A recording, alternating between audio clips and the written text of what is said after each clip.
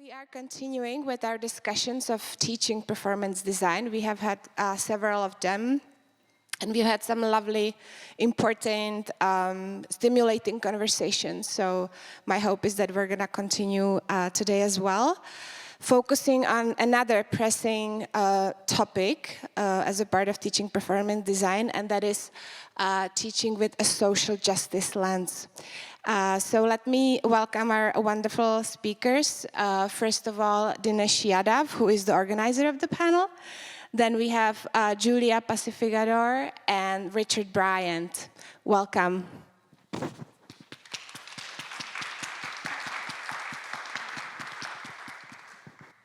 Good morning, everyone. I did not wanted to bring this back, but sometime, you know, your history and our past kind of follow us back. But yes, welcome to this panel. I'm so happy to see you all here. I hope your PQ is going great. This panel was conceived after I took a workshop on social justice from Dr. Lisa Brock from Kalamazoo College in Chicago. So with that, I want to introduce Julia on my right. Julia is an assistant professor in a university in Philippines, and Richard Bryant. Richard is chair of the research commission at publication commission at the Ohio State. Yeah. So with that, I think we'll start, and we will have time for the question and answer at the end. So why we wanted to talk about social justice in teaching? We wanted to talk about social justice in teaching because historically, teaching and learning in theater is being conceived and is being propagated sorry, wow. With three things in it. One is that it's always been conceived from dominant culture's perspective. It's also been conceived from dominant language perspective. As we know, a large part of our teaching books are in English, a large part. And I'll go to that part in a minute when I'm talking about why it is primarily from Eurocentric white pedagogical practices.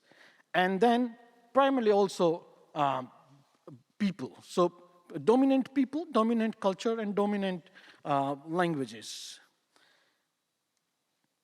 I had three speakers in panel. One of my speakers could not able to make because of the flight canceled, as I introduced you to those.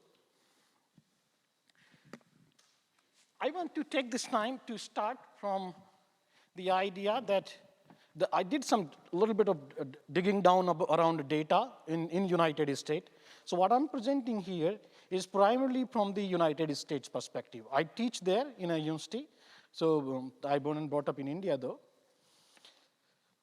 Primarily, we will touch three aspects. One, our stories, who is our storytellers, and our teachers. Now let's take a look at it. Most popular high school plays since 1940 are these: You Can't Take It With You, Our Town, Arsenic and Old Lace, A Midsummer Night Dream. Primarily, these are the plays. Now, if you look back to their thematic discourse, if you find that what is the theme they are running into, their primary themes are pursuit of happiness, the significance of the beauty, dark comedy and sanity and the value of kindness, transformative power of education, and power of love, and irrational nature of human desire. Now, why I'm bringing these aspects?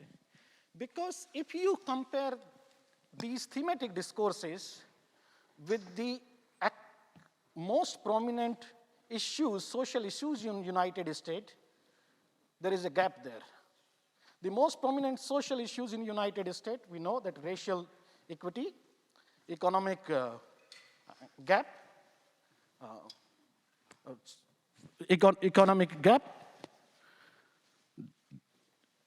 And in the social structure, the overall problem of education, medicine, and the finance.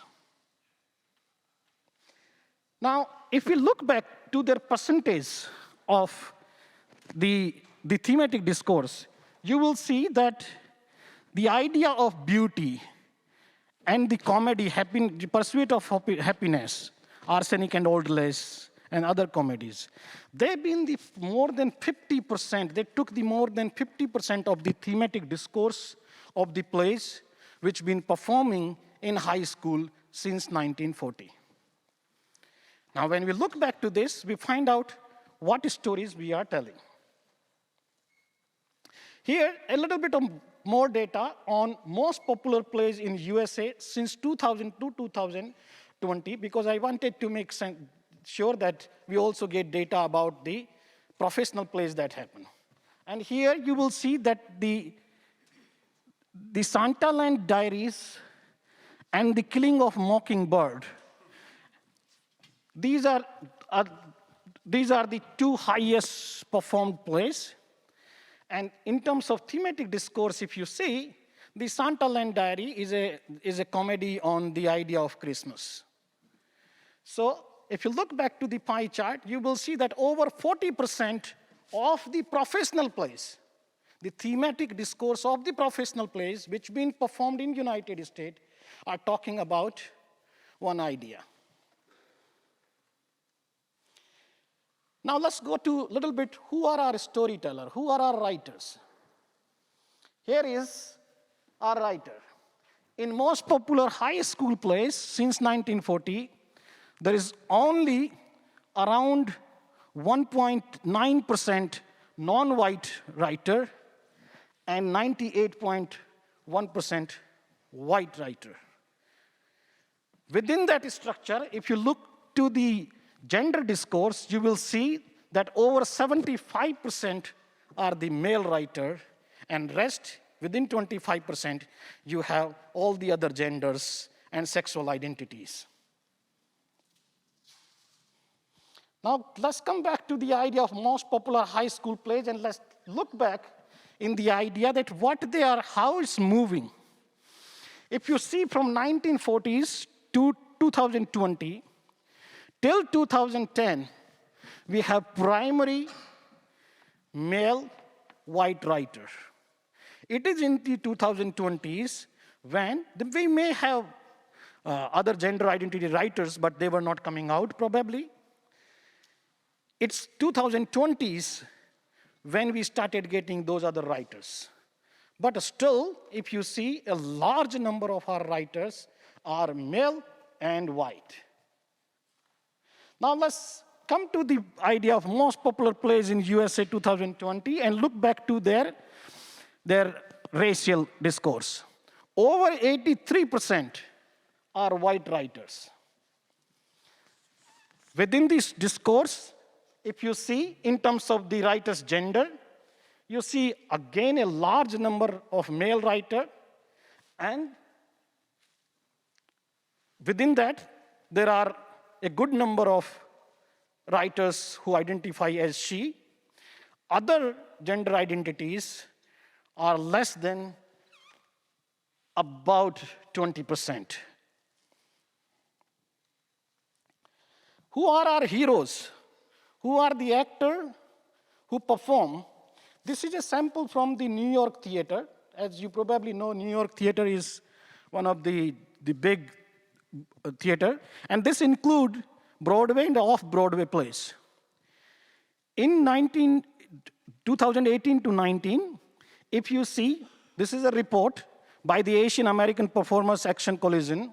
They find that over 65.8% actors are white, and then around 24.5% black. If you compare this data with the population distribution of black, Asian, Hispanic in New York, you will find a big gap there.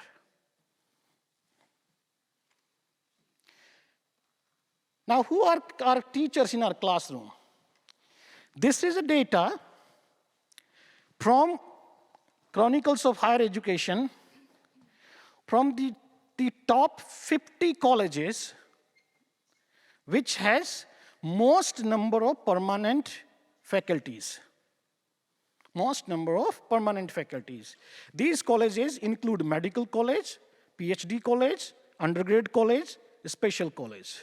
So a large number of those colleges are also PhD and also into medicine. Even then, when you are considering a big number of colleges into medicine and into other big state universities like University of California, our number of professors, you can see there, that over 68% professors are white. And this is talking about every single subject. Every single subject. This data include about over 9,000 teachers. If you dig down a little bit more, you will find that in liberal art and in theater, you will have hardly 15% of teacher of color. With this understanding in terms of who are our teachers, I also dig down a little bit about who are our students. There is a good diversity in terms of student. But in terms of the teachers in classroom, this is what it is. I also look at the Amazon's best-selling list of books. And it's not to surprise that over 75% books are written by white male in theater. So we do have white male teachers, books, stories in our classroom. With the majority of those, why we need to have a social justice lens. We need to have social justice lens because we want to tell the stories of marginalized communities, historically suppressed communities. We also want to represent the population demographic distributions. We also wanted to hear stories from non-represented people. We also wanted to talk about people who are generally not talked at all in theater. Have you ever heard that a carpenter has a copyright? Or a crew member has copyright? No. Why? Why only writers or directors or designers has the copyright and not the second generation? On the top of that, have you ever find out who pays the price of the economic environmental cost of the product which been used into theater? In United States, over 80% of set in liberal art colleges are made by wood. From where that wood coming, we don't know. In fabric, we probably know jeans cost about 3 gallons of water to fade it or to color it. A large number of clothes are made in third world countries, India, Bangladesh, Vietnam. Who is paying the environmental cost? Have you ever heard of a story being told in New York about a Bangladeshi or about an Indian or Nepali or Vietnamese? That's why when we go back, we wanted to think about why we need this social justice lens. With this understanding, I present Julia in terms of what we can do and how they've been doing those things in classroom, a little, maybe small. So Julia will share her experience. Thank you.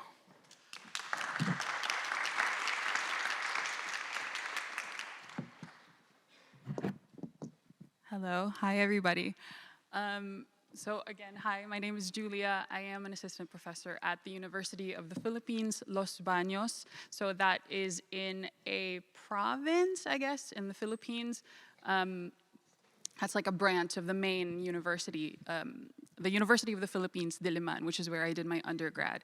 And I was talking to Dinesh and Rich yesterday. Rich, wow, we were so close. Richard yesterday. We were talking yesterday about how we were doing all of these things in the classroom, and you asked me, I can't remember the question, but the answer that I had was that the university that I go to and teach at, I went to and teach at, we're all about political activism in the Philippines. And the history, I think, the history of the Philippines is very important to take note of. Do I just like, oh, that's his presentation. It's okay, I can talk. But the conversations that Dinesh and I had initially when he introduced the topic to me, it was a very interesting one for me because although I wouldn't call myself a political activist, I would say that I am interested in political theater, especially political theater in the Philippines, because it is essentially what theater is. With all arts, it is based on politics, but for the Philippines in particular, I feel anyway, everything is rooted in politics. So in terms of the definition of social justice, it does vary based on who you speak to and what they prioritize. So for this discussion, I did interview a few of my friends and my colleagues. There were 8 of them that I interviewed. 2 of them teach at a high school level. I think 7 of them teach at a university level, and then 1 of them he works for the national acting company in the country. If the math isn't adding up, there's 8 of them, and there's just like a little bit of an overlap. But yeah, they did prioritize politics, of course, socioeconomic factors, cultural factors, and environmental factors. The last one, environmental, it was a little bit of an afterthought when we were talking about it, but I'll mention that a little bit more later on. But yeah, so for historical factors, I thought it would be worth mentioning first a little bit about our history. So in the 1500s, Spain did conquer us, and as you can see in the slide, they were there for 333 years. So that is quite a long time to be there. So as a result of that, a lot of our culture and our language has a lot of Spanish origins. So they introduced us to Catholicism or Christianity, and like I said, there is a lot of Spanish words in the Filipino language. They also introduced their traditional performances in Spain back then. So we have now a Filipinized version of the zarzuela or the comedia as well. And then the United States was in the Philippines for 48 years. So right after we gained our independence from Spain, we were ceded to the United States in 18-something. I can't remember anymore. 18-something. I think 1898. So yeah, we were given to the United States, and of course, like they took over, and then just like how Spain imposed Spanish as the national language, the United States did that as well. So they implemented English as the medium of instruction at schools, and of course the official language of the Philippines as well. And for anybody who has ever asked me why I speak English so well, that is why. And then 3 years for Japan during World War II. It's a little bit pathetic against 333 years with Spain, but you know, they were still there. And unfortunately, the impact of Japanese culture was really horrible at the time, even though it was just 3 years. And I wouldn't say that they had a lasting cultural impact on us, but it is felt in the Philippines. So, one of the first topics that I felt was worth talking about was in the writing. I'm just doing bullet points, I hope that's okay, but for the writing in Philippine theater, I would say that, well, I guess that's the same for most countries, is that they would reflect culture and society. And providing perspectives and insights that are aligned with cultural values and beliefs. Well, yeah, I would say that is pretty, it's pretty common everywhere. But I feel that it's very important to mention for Philippine theater. Hang on, sorry, let me just look at my notes. Because as I was speaking to my friends, they told me that it is the objective of most of the playwrights that they know to talk about all of these things and to reflect what culture and society was like, even during the Spanish colonial times until today. They do still talk about those things and the atrocities that took place during that time. During the Japanese era, for example, or even if it's just like a love story that took place during the Spanish colonial era. Okay, giving a platform to the voiceless, responding to the struggles and acts of oppression. Like I mentioned earlier, the Philippines is pretty much just political theater for everything, I would say anyway. A lot of it is for entertainment, but the topics that we talk about are quite deeply rooted in politics, whether it's in terms of like the government or if it's for people who are voiceless. I don't know if you are familiar, but there are a lot of informal settlers in the Philippines, a lot of homeless people, a lot of people, farmers. We like to talk about all of those things. And with the political climate in the last couple of years, or maybe the entire history of the Philippines, it's always been a bit turbulent.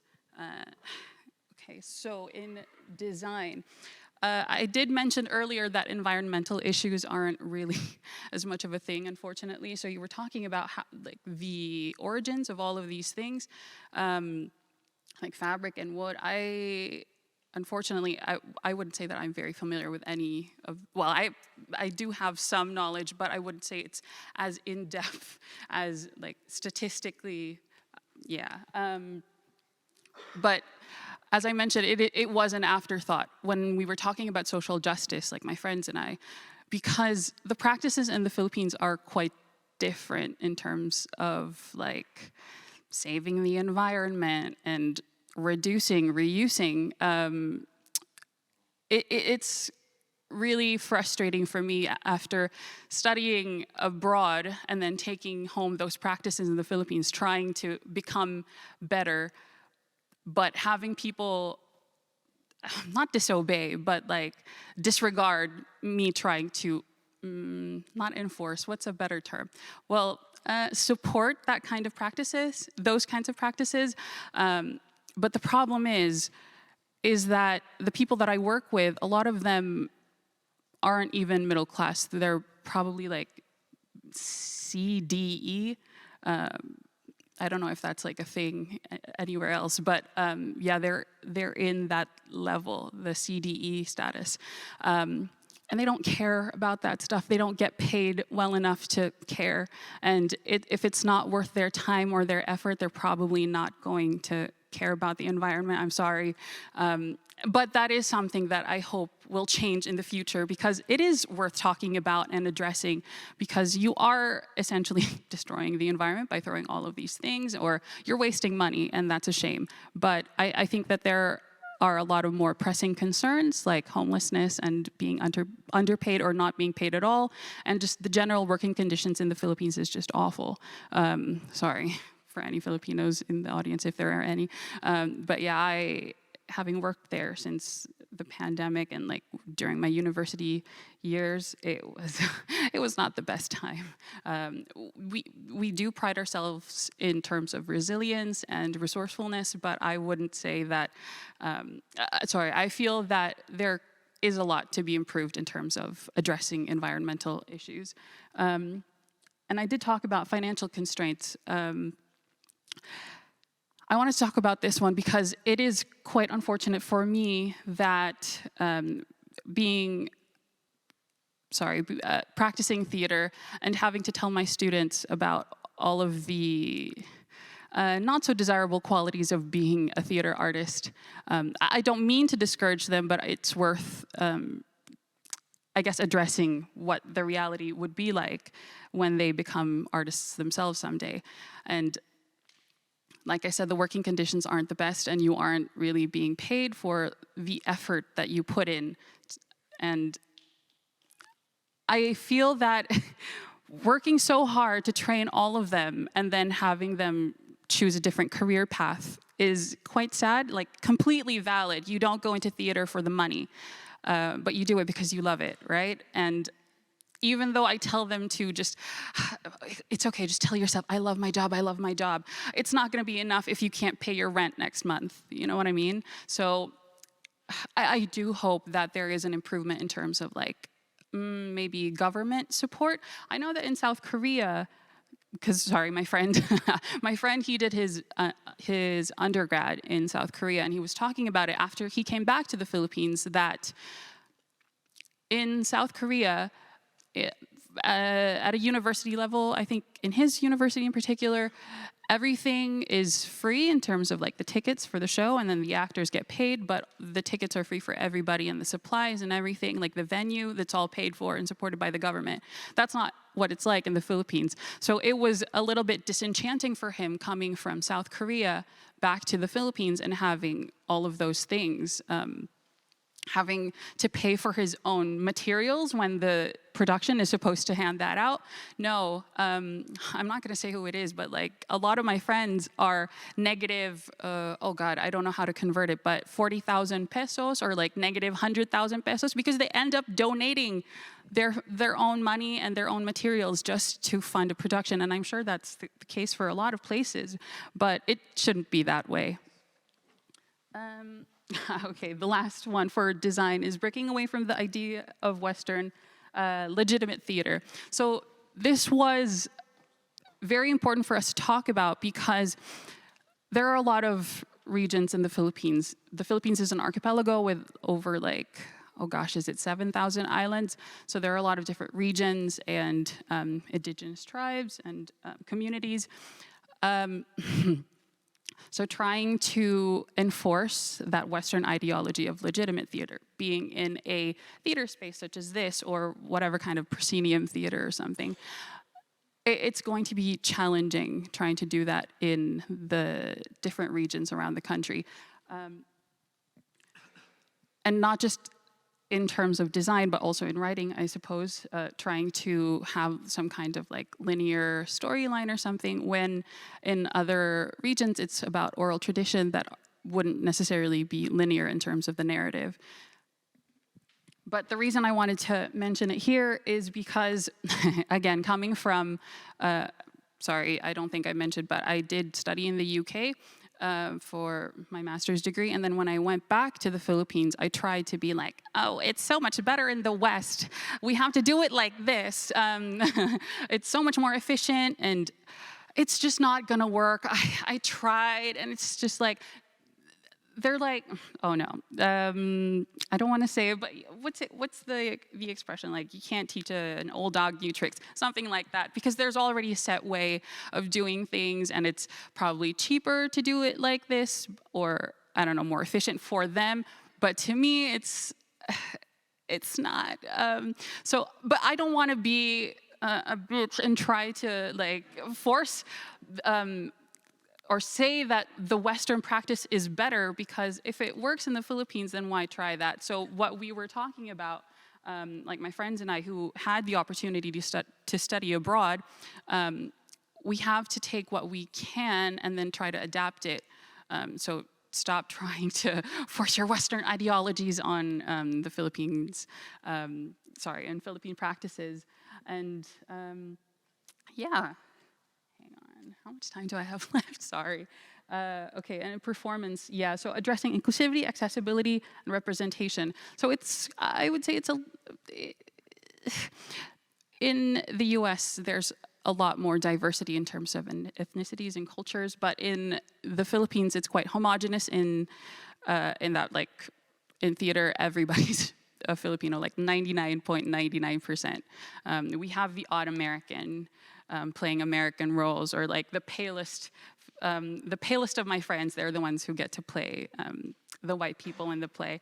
But yeah, I just wanted to address ethnicity because there is a lot of, I wouldn't say contention, but trying to incorporate regional or indigenous theater or performances into I guess, the Manila-centric, into Manila, it's a little bit challenging because one of my friends, they mentioned that there is an element of fetishizing those kinds of communities or their practices. If they bring regional theater into Manila, there is that idea. But if you bring Manila theater into the regions, you're kind of reinforcing that whole like Western or Manila practice again. And that's something that a lot of theater groups are trying to avoid doing.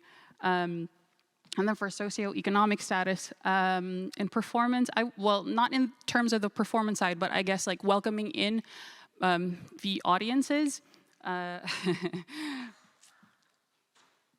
I feel very fortunate to have the opportunity to watch all of these things and go abroad, and even just watching theater in the Philippines is incredible. But for a lot of my students, for example, they tell me that, oh, I've never seen a play in a legit theater before. And I'm like, well, what performances have you seen? And then they tell me that, oh, we watched this zarzuela in the basketball court. And I have to tell them that, yeah, it's that is still considered theater, or it is still a performance. And then well, I guess it kind of blows their mind when I tell them that that is still theater.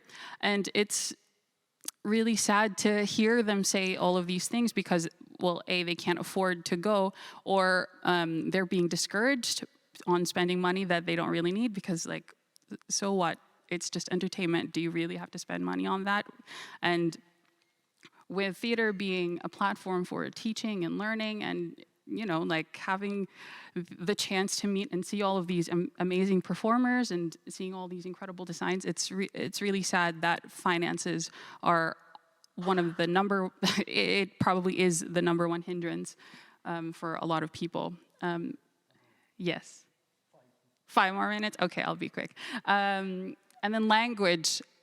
I was wondering about this before, like, well, I guess we can talk about it later, but language, well, during the American colonial period, they did enforce English, and that is still the case today. Like, a lot of performances are still done in English, but I feel like it's incredible how we adapt and translate all of these things and try to, I guess, Filipinize all of those texts and trying to make Shakespeare more Filipino and situating it into something that is more relatable. And then gender and sexuality. So a large part of the community is a part of the LGBTQI plus community. And one of my friends was saying that I feel that we are well served in that regard, that performances are being done and written for people in that community. So I feel very blessed to be able to watch all of these things and to have creators do all of those, create all of those performances and serve that community. So yeah, I don't feel that there is injustice in that regard, but they are, they do address a lot of the issues that are being faced by that community. In education, okay.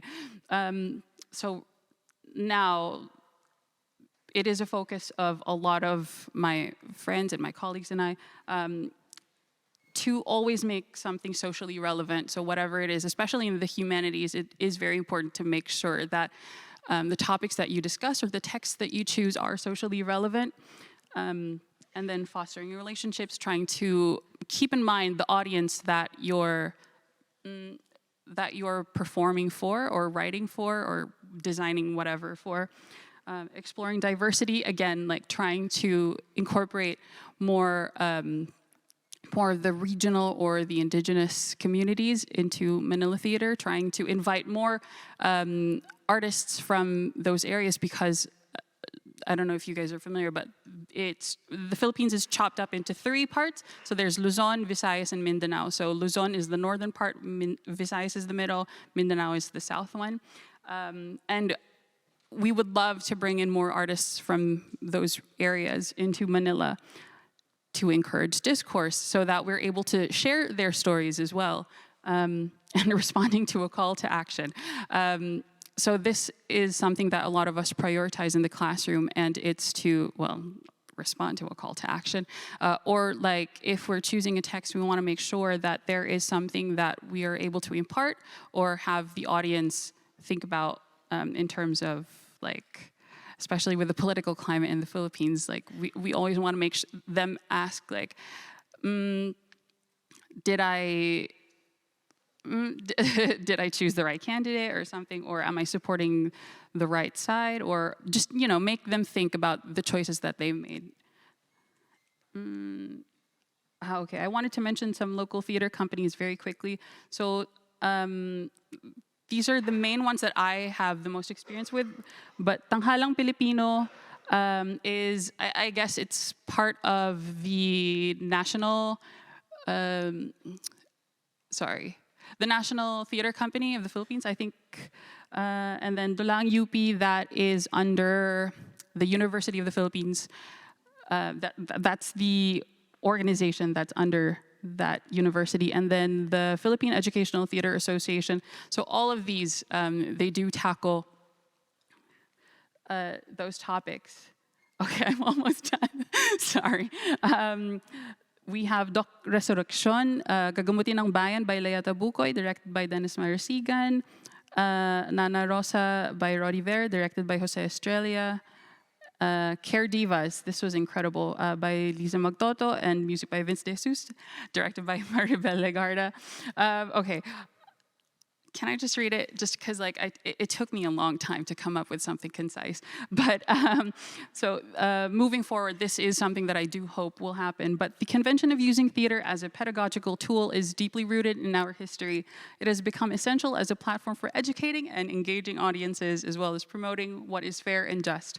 As a result of integrating theater into local traditions and practices, Filipinos have been able to develop languages, strengthen social awareness, and encourage collective action to overcome problems in the community. As Philippine theater evolves over time, it will certainly continue to challenge norms, cross boundaries, and affect change in the pursuit of social justice. Sorry, that took me 2 hours to come up with. I was running out of coffee while I was writing it, but yeah. Thank you very much.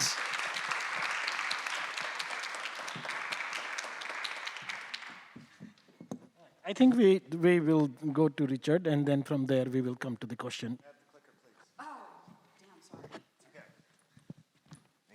And I'm going to borrow the little platform here. I know. I'm doing scene changes too. Why are you guys standing up? I just wanted to be chill. It's okay. I feel better when I'm standing. I feel like I'm in front of my class again. All right. Good morning, everyone. Look at all these wonderful smiling faces. It's so nice to see you. Yes. So my name is, thank you for, first of all, I got to read this. Thank you for being here and for allowing me the opportunity to speak with you today. My name is Richard Bryant, and I was an assistant professor at the University of Trinidad and Tobago's National Academy for the Performing Arts for 6 years. This is me standing out by the sun, if you can't tell. The school and program were originally conceived as a music and dance program. For the first few years, it was just that until it grew to include a performance and design curriculum. While most of the staff were local professors and lecturers, some positions were and are still filled by expats from both the US, UK, and various other nations. Art all around. For those of you unfamiliar with the Twin Island nation of Trinidad and Tobago, it is located approximately 7 miles off the coast of the South American continent, with its closest neighbor being the country of Venezuela. So if you go to the southernmost point on Trinidad and look to the west, you can see the coast. It is within that distance. The country's current population is a mix of Afro-Caribbean, East Indian, and Chinese cultures. Trinidad was part of the historic trade routes and was at one time under Spanish and then British colonial rule until gaining independence in 1962. And much of that history is still felt and seen today, whether it be in their educational system, signage, language. Most people, when I say, oh, I was in Trinidad, they say, oh, you speak Spanish. I said, well, no, they speak the Queen's English because the British were the last to be there. But that doesn't mean that other languages have been lost. Many languages are spoken there, and also they've developed their own form of colloquialisms and things that they say. So there's that. What you will notice if you go to visit Trinidad is that there is art all around. They have small galleries and stores and government buildings, as well as murals and statue installations spread about that show the pride they take in their identity. Exhibitions of work happen all year round in some form or fashion, not just around carnival time. Let's see, okay. While Trinidad may be the home of the steel pan and calypso, it has also been the home for many writers, painters, sculptors, musicians, performers, and designers. One of the projects that we had the most success with was a painting recreation.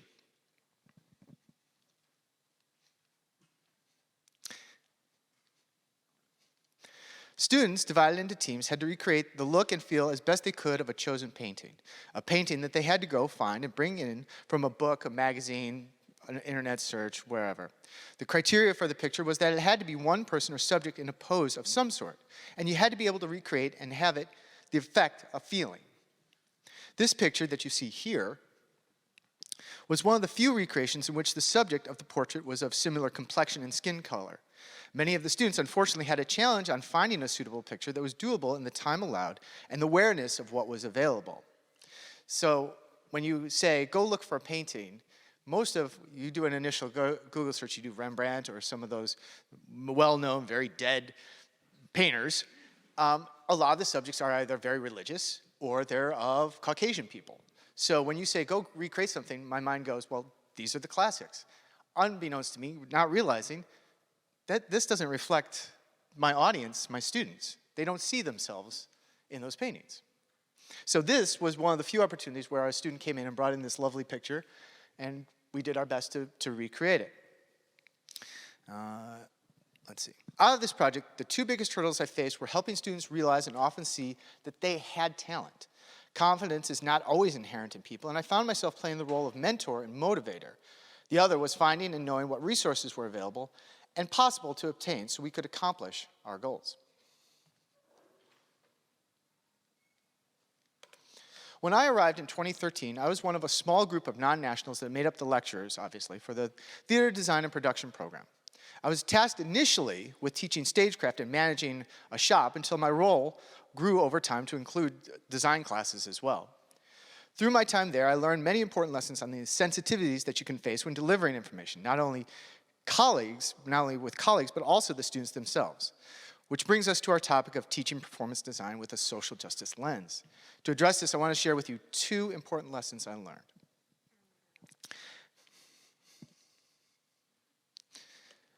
Lesson number one, I had to acknowledge that I was seen as coming from a place of privilege, whether it was real or not. What resources that I might take for granted, what I've had access to, what may be common to me, was not obvious or available in the same way there. While I may have had access to the Art Institute in my home city of Chicago and other small genre-specific galleries and museums and theaters, that was not the same in Trinidad. No national or central gallery of that size or scale exists there. Now, don't get me wrong, there are buildings that have art within them, like the Central Bank or the National Library. It's not a bad thing, it's just different than what many people who come from large nations might consider a shame. The social injustice we faced here was trying to meet the needs of the students with making available resources so that all could participate. When I was brought into the program, only 2 books were accredited to the program. The top 2, the Gillette book on theater design,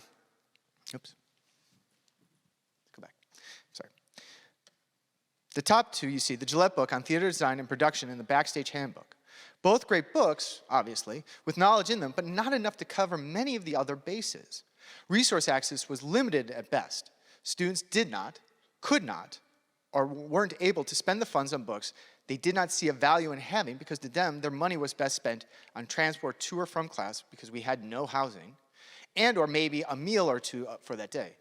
Again, Trinidad, while it may be the largest island in the Caribbean chain, there is a huge disparity between the haves and have-nots. There are people scraping it together. While the government made efforts to bring people into the education system, it only made the education inequity more prominent. Those who had the funds or connections went to better schools, while the while the rest found themselves in understaffed and underfunded government schools.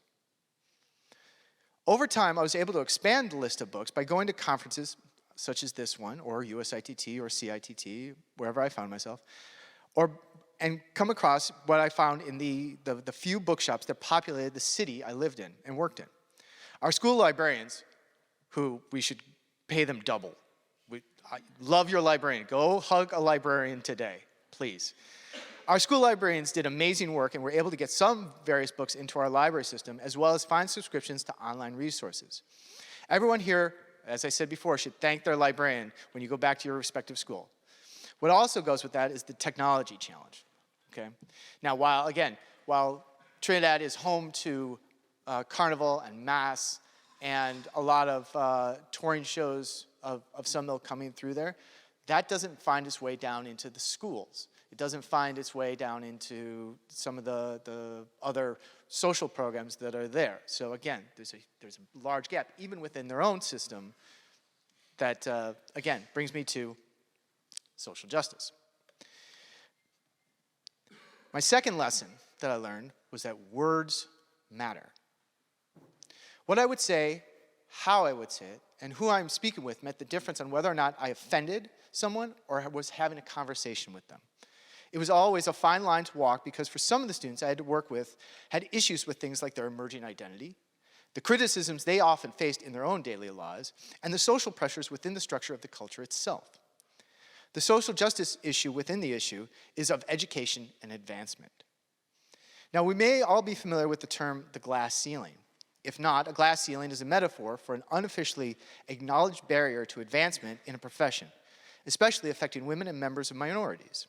While a glass ceiling is something that keeps people from breaking through, I learned that there's also a metaphor for what some believe keeps people from rising up from the start. That term is a concrete block. The reading where I became familiar with this term, concrete block, came from Naftali Shem Tov's book titled Israeli Theater, Mizrahi Jews and Self-Representation.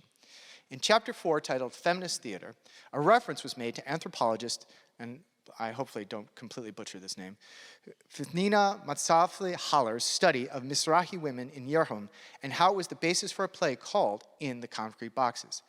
And it said, the underlying image in both the Matsvali Haller's thesis and the play of the concrete boxes hint simultaneously at the women's crowded public housing and physically taxing underpaid jobs. Moreover, the concrete box is juxtaposed with the glass ceiling, a prevalent feminist image. While the latter points to career women who hit a transparent ceiling as an obstacle to their performance advancement, women of color from the lower classes are trapped in concrete boxes that prevent mobility and force them to survive under dire consequences. Now, while we hear referenced and represent more about the glass ceiling, what we may not be aware of is that there are those who feel that they are unable to lift themselves out of situations which was no creation of their own, but were ones that they found themselves coming into. A caste system, a social, gender, or religious-based hierarchy, for example. All concrete blocks in some way that often stymie one's ability to progress. We face them each day, but don't always recognize them because often they are the basis for our everyday. The students I had the opportunity to work with were only a few generations from the effects of colonial rule. While they were not directly affected, their parents and grandparents were, and that generational trauma still lingers and will for quite some time. As I finish, I would like to share with you 5 women, and this is going to make me cry because they're just amazing people. Sorry. See, this is what social justice does to you. It gets into you. These 5 women have gone on to do amazing things. My life was changed because of them. Sorry. They've gone on to be successful teachers, designers, professors, artists, and they still hold on to their identity. They're very proud to be Trinidadians. And I'm very lucky to have gotten to know them. So, some would say, as a teacher, your job is to change students' lives, but instead they changed mine. So, that's all I got.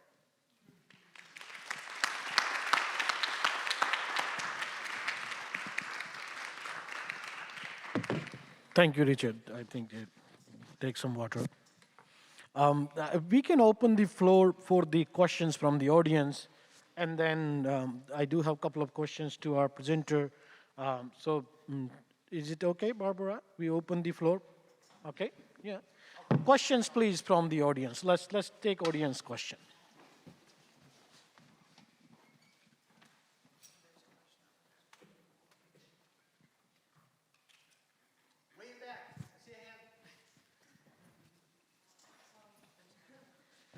There's a microphone coming, I think, for the recording purpose.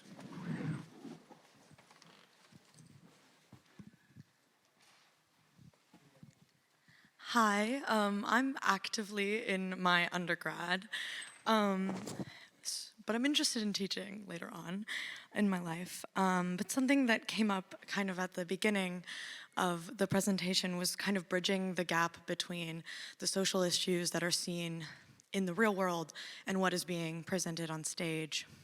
I think my school does a good job of doing presenting current social issues on stage, but I hear a lot from my peers, especially those who are parts of marginalized groups, that they are kind of sick of the stories that they get to tell being those of like their trauma, and kind of, I want to hear your thoughts on how we bridge that gap and present these social issues with also having a space for students of color and other minority groups to also share their joy, and not kind of also, and not just be forced into performing and presenting their trauma on stage. Thank you.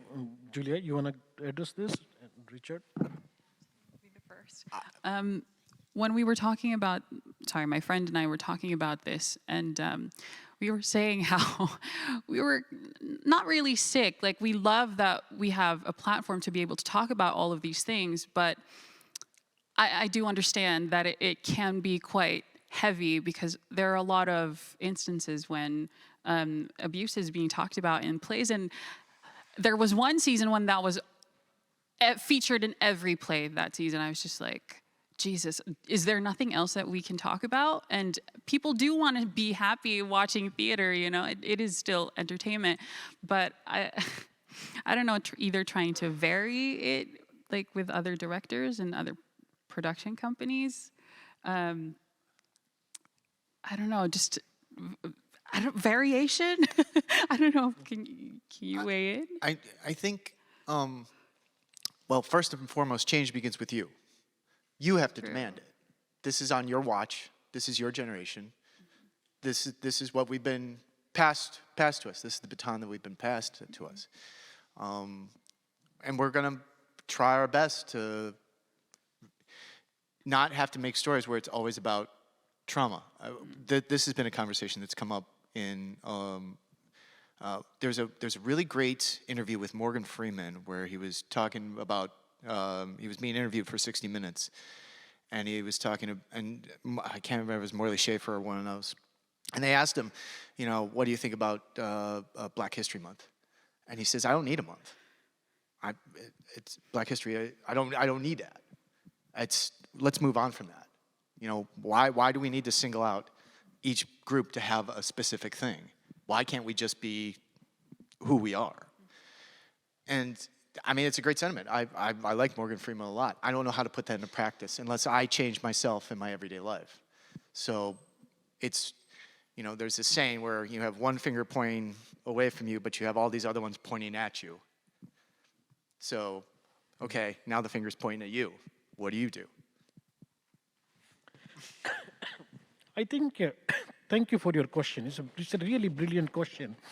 In United States, there is always, you know, this conversation going on about black plays or Hispanic plays and representation of those communities as actors.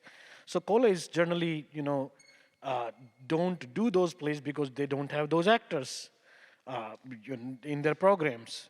Now, if they bring community members, then the college student don't get it educational input. So it's like, chicken egg situation. What you do the first. A couple of people, I think there are people who doing work in this direction. Maybe start from small things, like reading a play not about trauma, but about joy of these communities in a classroom. You don't need actor for that. Bringing a book about, let's say, their celebrations and their art and their music, and discussing those. So starting from a small place, also develop empathy among the people who are on the other side of the spectrum. But there is also situation. What if a community has only the stories of trauma? If a community has been traumatized and has been for over period has been completely marginalized, if their kids were put into jails, or if their people has been put into all kind of force situations, that's the story they will tell. Because what you feel as strongly as an artist is that what you wanted to say. But I agree. The last year, there was a Hispanic girl in one of the organization. She come up with an idea that I want to do a Hispanic theater, develop a Hispanic theater, where we will do only Hispanic comedy. And after the play, there will be food, music, and dance. So we wanted to celebrate Hispanic culture or Hispanic identity. But it's a hard question. And probably, as Richard said, that you can only start it. But make a cohort. Talk to people from the other community. Talk to people from, let's say, Black community or Hispanic or, whosoever community is that. And talk to them and see what they say. Right? So that's what I would. Making a cohort, as Dr. King said, that is very important because you cannot walk the long way being alone. Thank you, but wonderful question. Can I just add real quick? In relation to what you were saying about celebration, again, that came up in one of the discussions that I had during the interviews, and it's either you have to do it yourself, or at least find people who share the same sentiments as you. There is a lot of trauma, I understand, but there's also a lot to celebrate in those communities. There's so much wonderful things going on, and trying to bring that to light, like trying to balance it out between the trauma and the celebrations and the wonderful things that you guys are doing. Definitely look for those people who are willing to share that celebration with you. Right, we do have one, and then 1 and 2. Okay, so let's go to, yes, please, Barbara. Hi, thank you all for your presentations. I have a question for Richard. So thanks. I feel like at the end, I really wanted you to continue a little bit more. So I'm going to ask the wonderful women you showed at the end. Have you got any examples of how they changed you? You sort of specified how they changed you. So you're going to make me cry again. That's what you're trying to do. I'm really sorry. But yeah, I would just love to know a little bit more about how, in what way, and yeah. I think what they gave me, so Megan Gill, she showed me confidence. She is she took the bull by the horns when we said, you know what? When I first met her, she was a musician and a sound engineer, and we put her in a lighting thing, and it was amazing. She grew out of it. And then she went to go work for Disney Cruise Lines. And then she found herself in Italy studying. And then she found herself in South Africa and all these wonderful places. And what that made me feel was like if I had the opportunity to be a parent, I was a proud parent. Yes, you did it. And I said, maybe I can do it again. But I affected some change. Who is, I'm blanking on the names because I can't read them from all the way over here. Like Julia Cato, who is a choreographer now in in Canada, and she's now a managing director for a company up there. She was a great sounding board. When I struggled, when I had my questions, because there were things that were happening in Trinidadian culture that I didn't understand. She's like, "Oh, that's a Trini thing." I'm like, you know, and it could be something minor, it could have been something major. Each one of them, and I'm not going to go through all of them, but each one of them gave me a perspective that even though I had traveled a lot, until I got put in a classroom, stood in front of 30 kids who didn't look anything like me, and I had to sit there and lecture them, I said, there's clearly an imbalance here. You need to teach me, because I'm the one who's the student here. I think that's what they gave me. Hopefully that kind of touches the base of your There's a question down there. Yes, please. Thank you. Thank you so much this morning for your presentations. My name is David. I'm speaking from the point of view of the Canadian lens as an educator and a theater maker. Dinesh, I much appreciated the presentation of the statistics to create the framework of these conversations. There is one slide I'm wondering, I'd be very interested to know about the data, and that is the profile of contingent academic labor. You presented some numbers about the profiles of academic labor. Was that separated out across permanent, for example, tenured, regularly employed faculty versus the overwhelming percentage of contingent academic labor, which is cultivating and mentoring our youth into socially engaged theater practice? I would be interested whether there might be a change there. Perhaps an invitation for some future research.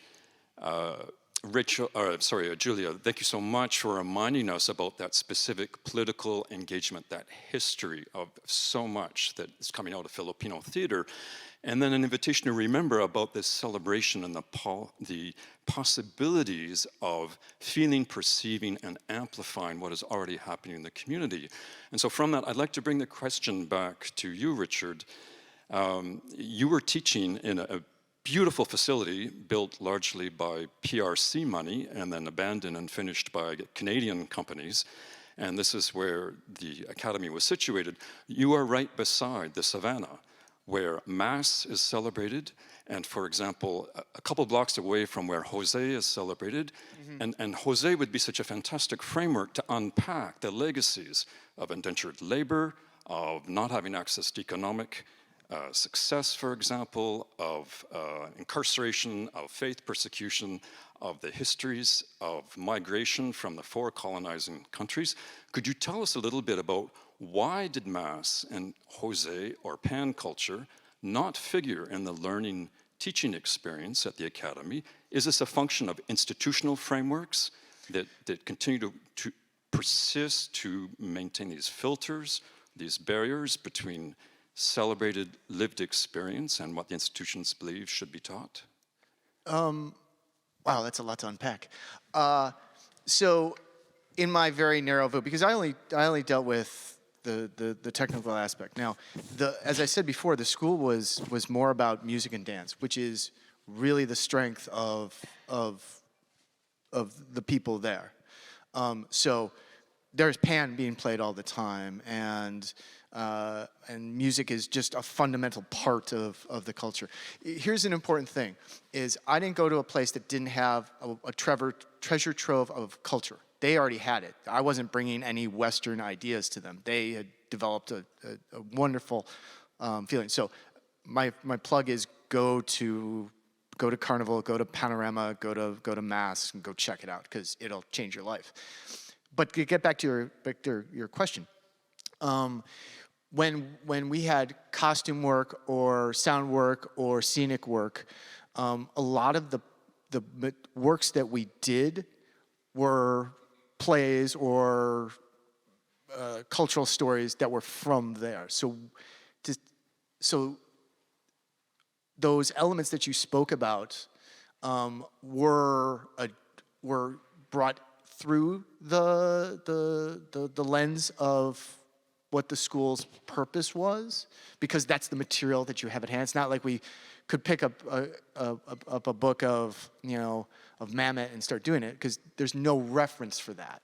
But if we pick up, Derek Walcott, that's a much easier thing because he was Trinidadian, or he was from St. Lucia, but he was claimed as a Trinidadian.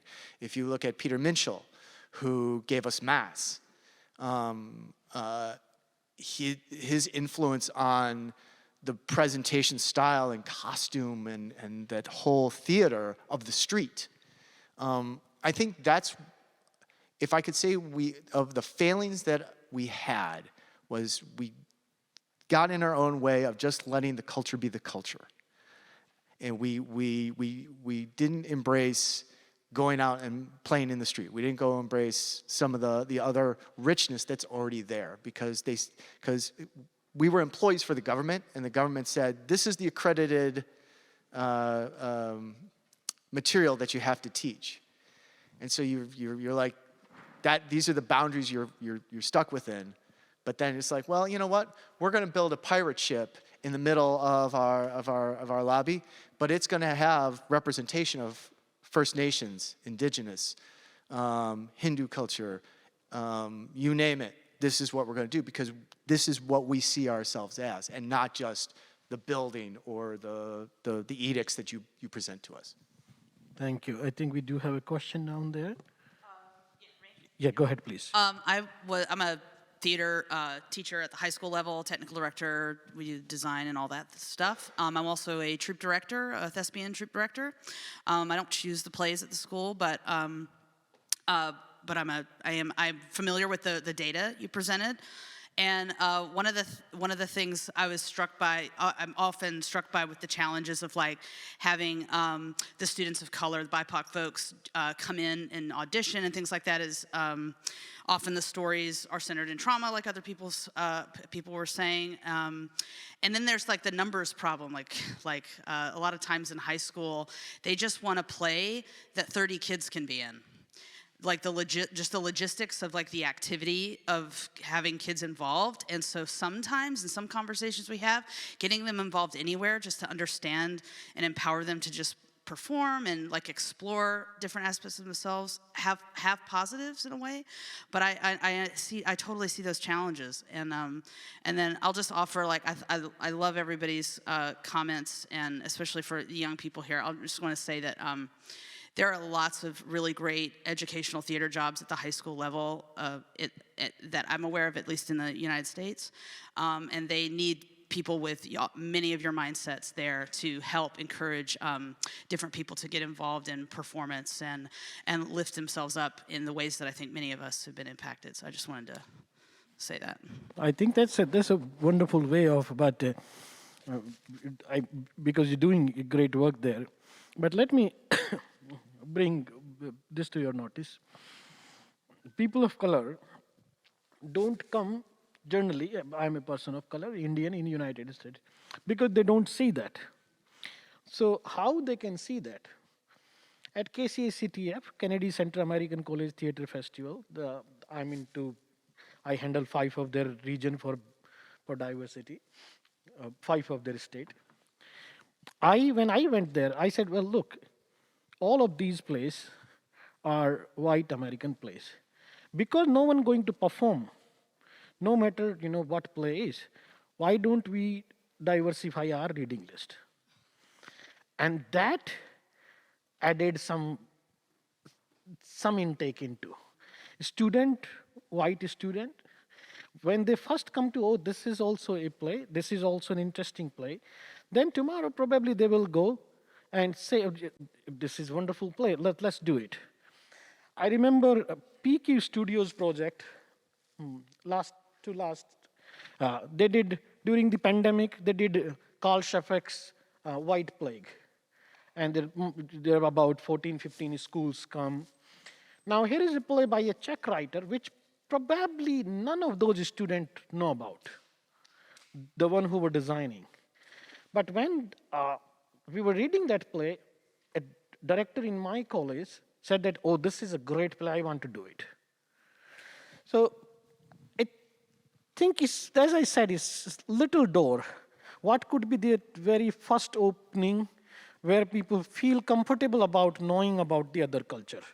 Because knowing is until unless I know about it, until unless I do have my door open, there is no way that I can do. I will ended up doing Christmas Carol. That's the highest performed play. Nutcracker is the highest performed, ballet or whatever we call it. So, because there is in United States there is absolutely some cultural identities in that country, and there is absolutely the Orthodox Church has its own ideas and plans. So I will not go into that detail, right? But I think as a teacher, what we can probably do is just to bring plays and put them into the student, put them into the course, put them into reading list, give them assignment. Thank you. Okay, so we do have a question here, 2, 3, and we do have about 4 minutes. So let's quickly jump. Hello. I am a freshly graduated student from a college in Ohio, and something I'm really curious about is the future of this type of education when it comes to being a student in school, being part of a minority group, and having different barriers as you're even trying to get into college, get into education, getting into this field. It's a massive barrier when you have to, work through college, not being able to commit to those theater hours like your peers, even in terms of like the very way like teaching is set up, the power structure, the idea of the expert and those who aren't the experts. What is the future of this sort of like education and the structure in terms of that is what I'm wondering. Yes, I think your comments are exactly correct. And it's very evident. Only quick comment is that probably start with the communities. So in my city, in Green Bay, there is Somalian community, and there is other absolutely other black community. What we did that in one of the most black serving school, we decided that we will put a director who is black, and the community will pay. And that's how when students see this identity match, that probably open up. Now, look, I am not an expert on those socio-economic situations, but this is what was one of the example we did. There was 2 questions. Yes, let's quickly take those, please. Hi, folks. My name's Jay Havens. I'm an Indigenous stenographer from Canada and professor at the University of Waterloo. We're having a lot of discussion in my department right now about canon and giving plays that are going to create analysts, artists, and activists is kind of this sort of our methodology. And I wonder if you folks could make a comment, like actually just name some plays that you feel are going to provide that in the students that we're educating. I think a lot of us in this room could use some just facts like that. So if you have any plays that jump to mind that help to create those types of well-rounded graduates, the analyst being someone who can think creatively, the artist being someone who thinks with their heart, and the what was the other one I said there? The activist being someone who is more thinking with their body and their hands. I'm just curious if you have any recommendations for us to include in our curriculums. So quickly, I think Richard is doing some really interesting work. So Richard, why don't you tell us? Oh, yeah. So as part of the OISTAT community, which I am part of, I'm also the chair of the Publications Communications Commission. And I'm actually in the midst of a project called 12 Books, 12 Months. And the goal is for myself, I gave this project to myself. I said, I'm going to find a book a month that's on something that I have little or no reference to. And so some of them have been plays, but I've looked at plays from Iraq or plays from Syria or plays, because with OISTAT's general view right now is we're working towards an event in Sharjah, which is in the Emirates. And so I was like, well, I don't know a lot about that region, so let me go read about that. And that was my gateway, was my own general curiosity. Now, there's a book called, by Heather Refko, called The Iraq Plays, which is four plays, which are very easy to read. They're quick, they're concise. But that's where I started, was just my general curiosity, went to Amazon and just started typing in plays from here, plays from there. You know, for me to name exactly something off the top of my head would take, that's in the lobby. We could do that in the lobby. Well, I think we need to end here. I know there were a couple of questions. You can probably talk to the panelists outside into the lobby. But thank you so much for coming and joining us. It's been wonderful to listen to your queries. And thank you, Julia. Thank you, Richard. Thank you, everyone. Thank you, Barbara. And thank you, PQ. Thank you so much to our wonderful presenters and to our audiences. Thank you. We're going to take a 15 minutes break.